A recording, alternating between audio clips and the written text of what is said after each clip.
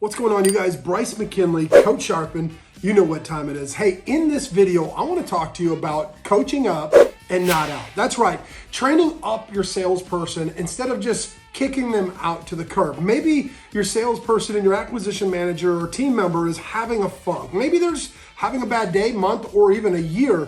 You don't know what's always going on in their life. And so by the end of this video, I want to give you 7 laser-focused tips to help you coach up and not out that acquisition team member. Let's go. If you don't know Bryce, he's crushing it.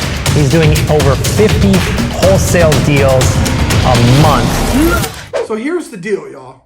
Successful sales managers and sales business developers know and understand that leading a team requires coaching and mentoring from the top. And so if you've got a sales manager, or maybe you have a salesperson that's in a funk, you need to know that always coaching them to have a coach, or even you, yourself, the owner, having a coach is vitally important, because if you don't, who's going to coach you when you have to coach up and not out? So what does that mean, Bryce? Coaching up and not out. It's going to be much more cost effective in the long run if you can critique and garnish the persons that are in your flock. You know, I once quoted this quote that says, leaders, stop being in control or stop worrying about being in charge and start worrying about those that are in your charge, meaning the people that you work with. Now, the sad thing is that most sales managers never have an opportunity to have a coach, or they're not even aware of what coaching looks like. And so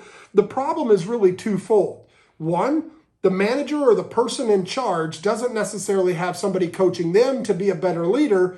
And then the other side of it is that 50 to 60% of organizations out there don't have the budget to keep training and coaching their management team. And so as one manager manages another, they tend to get further and further away from having a leader themselves. Imagine you right now in your business being at the top. How many coaches or mentors have you hired, right?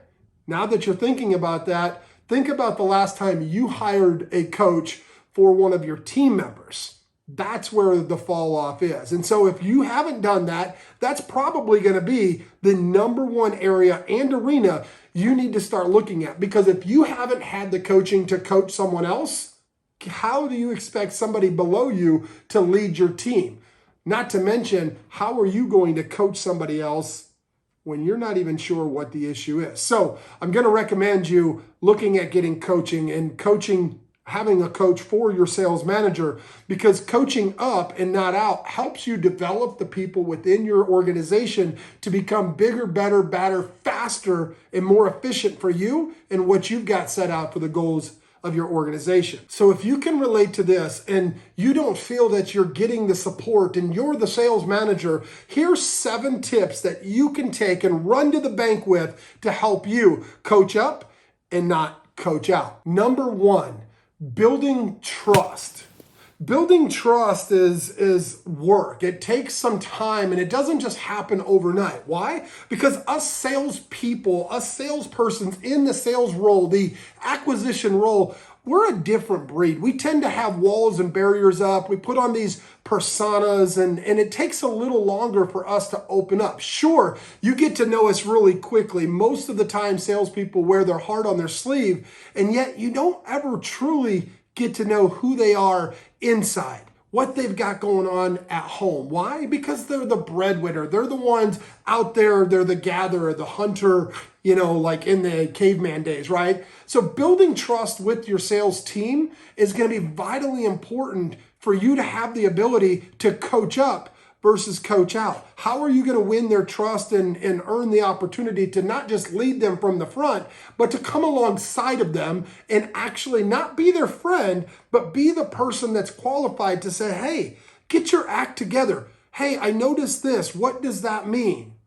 And have them be able to give you the feedback that you need to be a better leader and better coach. Number 2, asking effective questions. Most people in general don't like to just give information away. And salespeople, your acquisition team members, are no different. So if that's the case, you're going to have to ask better questions, not just surface level questions like, hey, what's going on? You haven't hit your numbers in a while. I'm like, no. Hey, I noticed back in the last 2 weeks that your sales have really started to dip off. Is there something going on at home? Asking effective questions, very specific, so that way you can get into the root of the problem. When you do that, your salesperson, your acquisition person is going to be able to not only open up quicker and sooner rather than later so that you can help solve that, put the Band-Aid on it for them, but you're also going to be able to give the opportunity or have the opportunity to motivate them through the trouble that they're having, that sales funk, that season per se of their life. So what does that boil down to? Ask better questions. Get in there and involved with them. Remember I said coming alongside of them? Well, it's not just coming alongside of them and putting your arm around them. It's asking better questions and using tools like the RAC, the repeat, assign a feeling or emotion and ask a question. So that way you really dig into not just what the problem is, but the solution.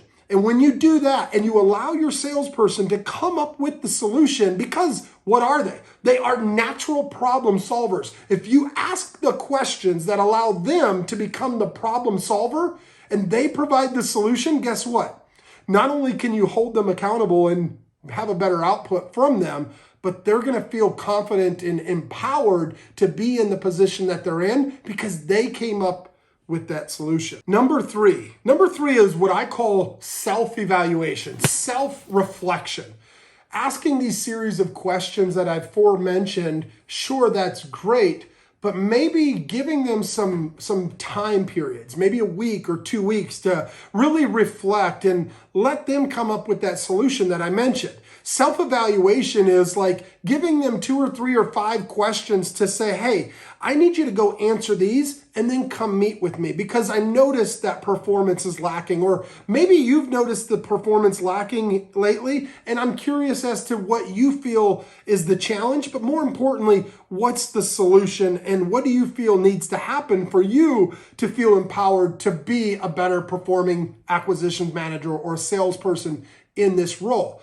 That self-evaluation, not only does it give them the empowerment to come up with the solution, but it really allows your salespeople to effectively look at themselves, honestly, like look yourself in the mirror, Mr. or Mrs. Salesperson, and tell me what you see. Tell me, is it the confidence? Is it the personal life? Is it the professional life? Is it your finances that are struggling, that are distracting you from performing on your job?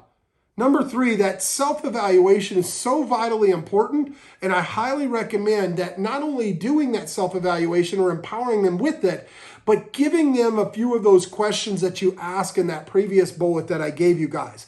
The asking better questions. You combine those two together and give it to them as homework, you're going to see a much better performing person in your organization. Number 4 is what I call focus. Getting laser focused on different areas and parts of the sales cycle. I'll use an example. My sales team personally was struggling just a few weeks ago, and they kept feeling as if they needed help with certain parts of the script or the pitch. Well, rather than role-playing the entire thing through, we broke it down into different parts. Hey, Joe, what do you struggle with? Hey, Bob, what do you struggle with? Jessica, what did you struggle with? And as we went around the room, we realized that some people struggled with the rapport building and some people struggled with closing the deal, while others in the middle struggled with asking better questions to give them the ammo to ask for the deal with a larger profit margin. And so getting laser focused on the areas that are troubling and challenging for each individual, you're going to find that that focus that you put on each person is going to be different. And when you do that, you're going to have a much better opportunity to coach up and not out. Number 5 is the guide of the discussion, or the buy-in as I call it, right? The rep gets to decide where the discussion is going, but more importantly, what that outcome is.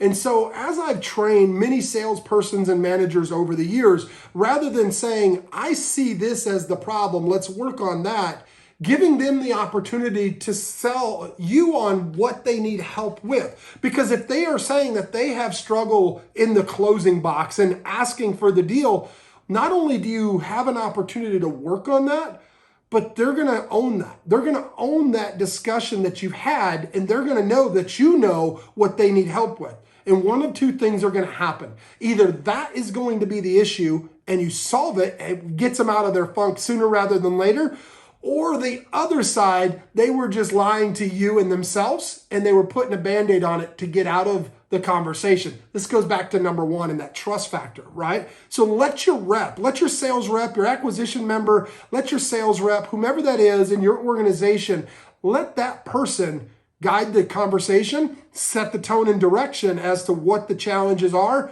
and most importantly, as to what the solution looks like. Number six is the plan of action. Creating a plan of action or setting the expectation at the end of the conversation is going to be vitally important to not only you, the role that you're trying to solve, and the funk that that person's in, but having a plan of action is not just there for those things, but it's to set the expectation. So that way, if something's not solved or resolved, you can go back and push back and set the boundaries. Like, hey, Josh, you've been here now 2 weeks since we last discussed this, and I don't see anything improving. What's going on, right? You have a plan of action, specific measures and marks to hit. And when you do that, if you don't see the results, one of two things are going to happen. You're going to know that this person is either not a good fit or that is not necessarily the issue. And maybe you need to go back to the drawing board and have a deeper conversation. So setting a plan of action and expectations when you leave that consultation, you leave that coaching opportunity, is vitally important to coach up and not out. Last but surely not least, number seven.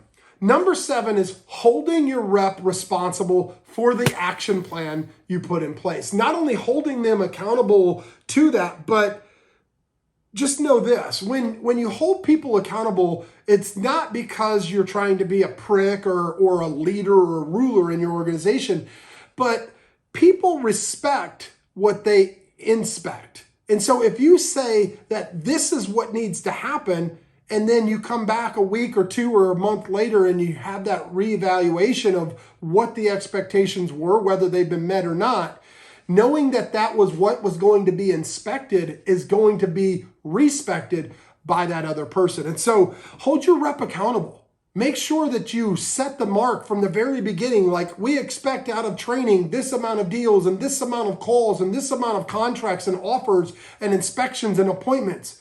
Having that accountability there, knowing that that's what's going to be inspected, is going to be what's respected. And when it's respected, you don't always have to go back as often to fix that problem. I hope you guys enjoy this video. God bless, stay sharp, and I'll see you at the top. Hey, Bryce McKinley here, Coach Sharpen. You know what time it is. I want to personally thank you for watching these videos. You see, you might want to subscribe to this channel, and I'm not just saying that to get more followers, but the knowledge that I drop, I guarantee you won't get anywhere else. You see, the information that I give is not just the fluff that every other guru and guru talks about. You might want to stay alert for what's happening next. So subscribe, hit the notification bell to keep you posted. You're not going to want to miss what I drop on this channel. Every single